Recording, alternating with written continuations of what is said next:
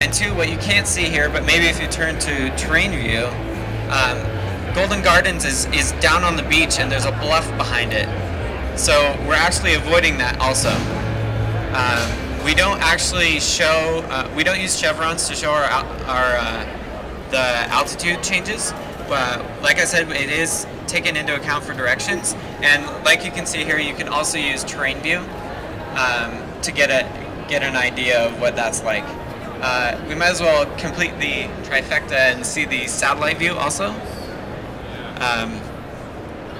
So here we basically inverted the color scheme. We have bright green for trails, a less bright green for lanes, and then we have dashed again for recommended. So if you want to check out and see what actually is on that recommended road or what that lane actually looks like, you can just,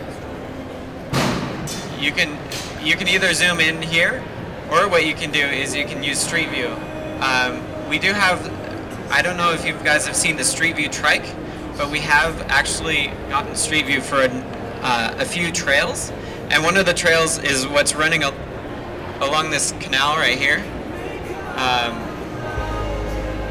It's on the Burt Gilman Trail. It's right in front of our office. So here's the view that we see outside our window from the office. So that's where we sit. Basically, you can see that the Burt Gilman Trail runs right to the office. I take that to work. I try to ride like 80% of the time, the days that I ride to work.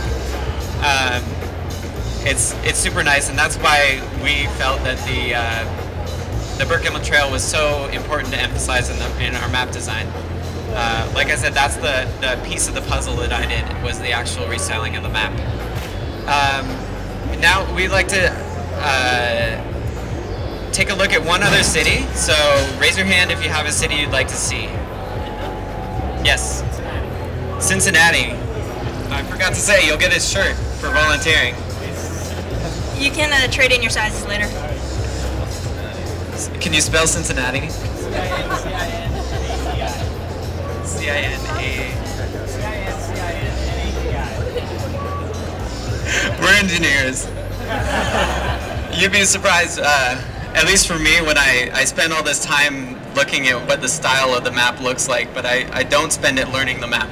So I don't have any clue where I would be or anything like that. Yeah, so this is,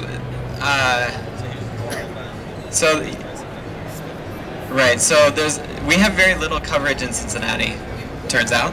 You know, this is totally live, but we do see a few things, and those are information that we got from Rails to Trails. All right. Let me talk about how we can get more information on the map first, and then we can. We'll take a look at Austin here, or there's Austin.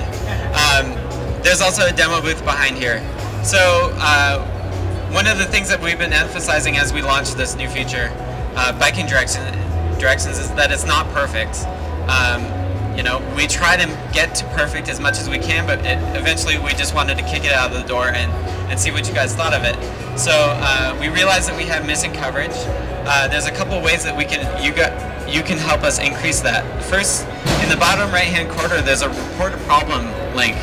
So if you find that you're dragging directions and you can't take a turn where you think you should be able to take a turn, or vice versa, or if there's a road that has a lane but we don't show that it has a lane, what you can do is you can hit report a problem and then put the pin where the problem is, make a note of it, and that'll send it to us.